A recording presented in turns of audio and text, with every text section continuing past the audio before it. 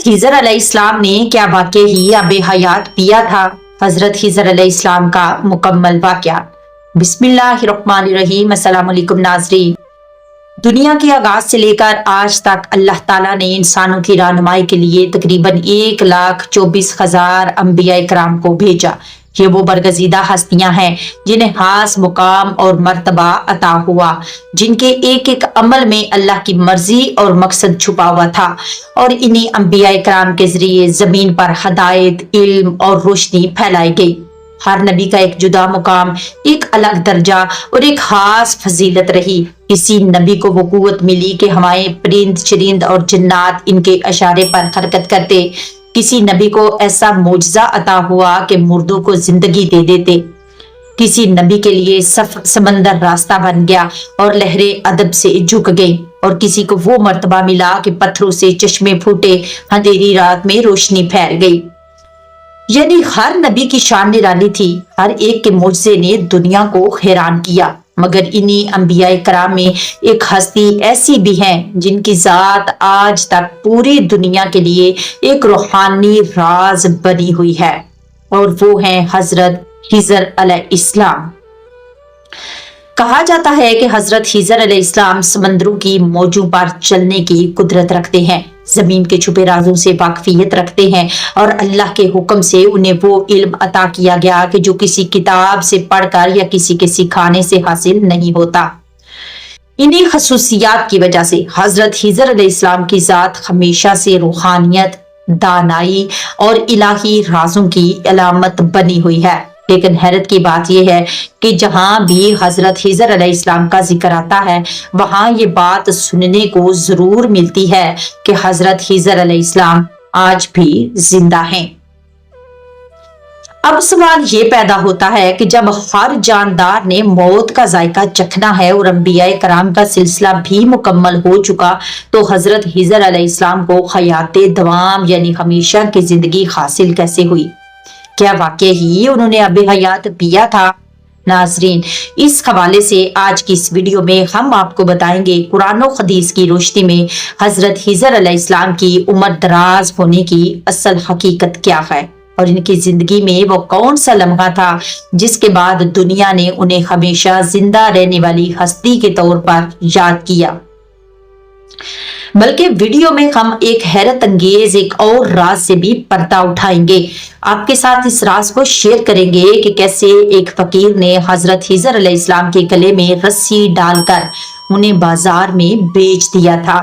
یہ کوئی عام واقعہ نہیں، بلکہ اس کے اندر ایک ایسا راز چھپا ہے جو سننے والے کو بھی ہلا کے رکھ دیتا ہے۔ ویڈیو کو سکپ مت کیجیے گا، کیونکہ آپ میں سے جنہوں نے حضرت خضر علیہ السلام کی ہستی کو صدیوں سے زندہ اور پر اسرار حقیقت بنا دیا ہے، تو چلیے ناظرین، سب سے پہلے جان لیجئے کہ حضرت خضر علیہ السلام کا اصل نام اور ان کی کنیت کیا ہے۔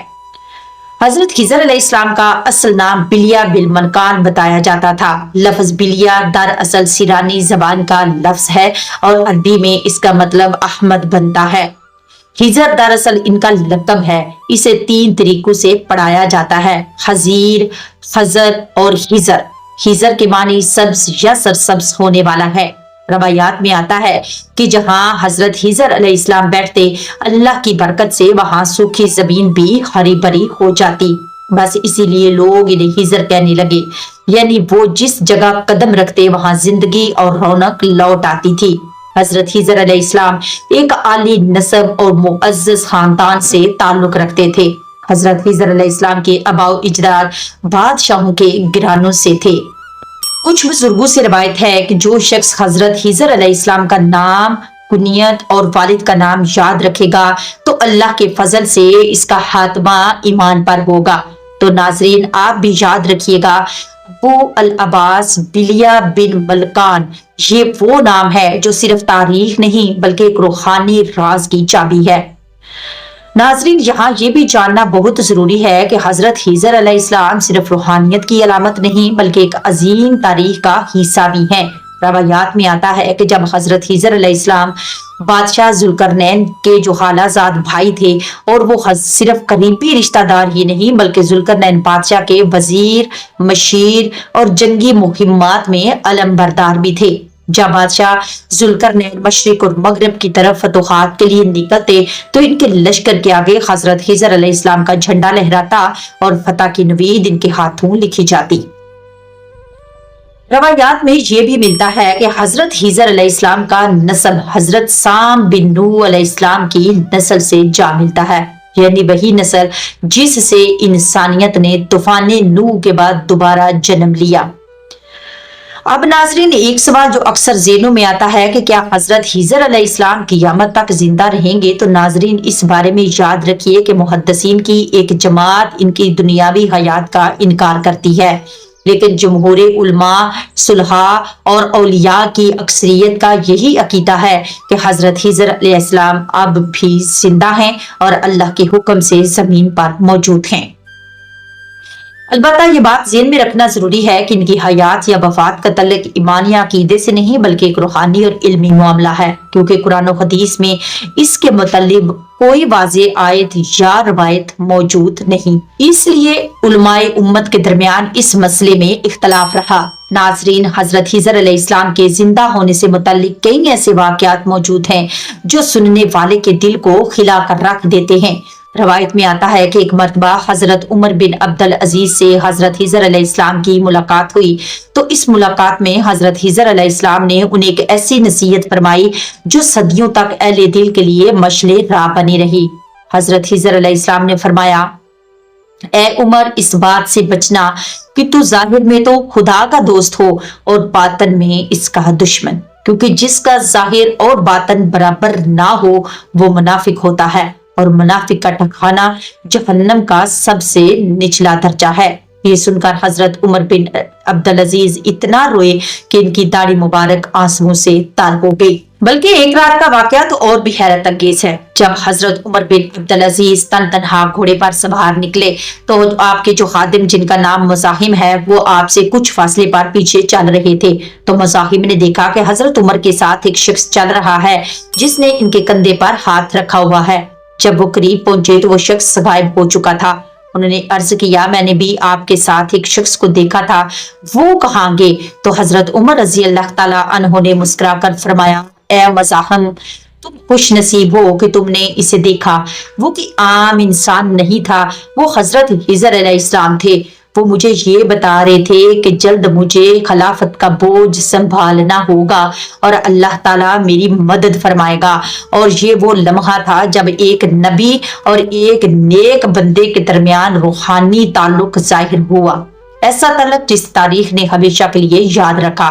اور ناظرین، اب آتے ہیں اس سوال کی طرف جو صدیوں سے ذہنوں میں گردش کر رہا ہے کہ آخر حضرت خضر علیہ السلام کو یہ طویل عمر کیسے عطا ہوئی۔ اس سے ناظرین روایات بھی آتا ہے کہ حضرت خضر علیہ السلام نے چشمہ حیات میں غسل فرمایا تھا اور اس کا پانی پیا تھا۔ تفسیر خزائن العرفان میں یہ بات نقل ہے کہ بادشاہ ذوالقرنین نے ایک پرانی آسمانی کتاب میں پڑھا تھا کہ سام بن نوح علیہ السلام کی اولاد میں سے ایک شخص ایسا ہوگا جو آب حیات پی لے گا تو اسے موت نہیں آئے گی۔ یہ سن کر بادشاہ ذوالقرنین اس چشمے کی تلاش میں مغرب کی سمت ایک طویل سفر پر نکلے۔ ان کے ساتھ قابل اعتماد ساتھی حضرت خضر علیہ السلام بھی تھے۔ کہا جاتا ہے کہ اس سفر میں حضرت خضر علیہ السلام وہ بابرکت چشمہ پا گئے۔ انہوں نے اس میں غسل کیا اور اس کا پانی پیا، اور یوں اللہ کے حکم سے انہیں حیات دوام یعنی طویل زندگی عطا ہوئی۔ لیکن بادشاہ ذوالقرنین کے مقدر میں یہ نعمت نہیں لکھی گئی تھی، تو وہ اس چشمے تک پہنچنے سے پہلے ہی رہ گئے۔ یہ سفر آسان نہ تھا۔ وہ مغرب کی سمت اتنی دور نکل گئے کہ جہاں زمین ختم ہوتی دکھائی دیتی تھی، جہاں سورج غروب ہونے کے وقت یوں لگتا جیسے کالے سمندر کے اندھیرے پانیوں میں ڈوب رہا ہو۔ وہاں انہیں ایک عجیب قوم ملی جن کے جسموں پر صرف جانوروں کی کھال تھی اور ان کی خوراک صرف مردہ دریائی جانور تھے۔ یہ قوم ناسک کہلاتی تھی۔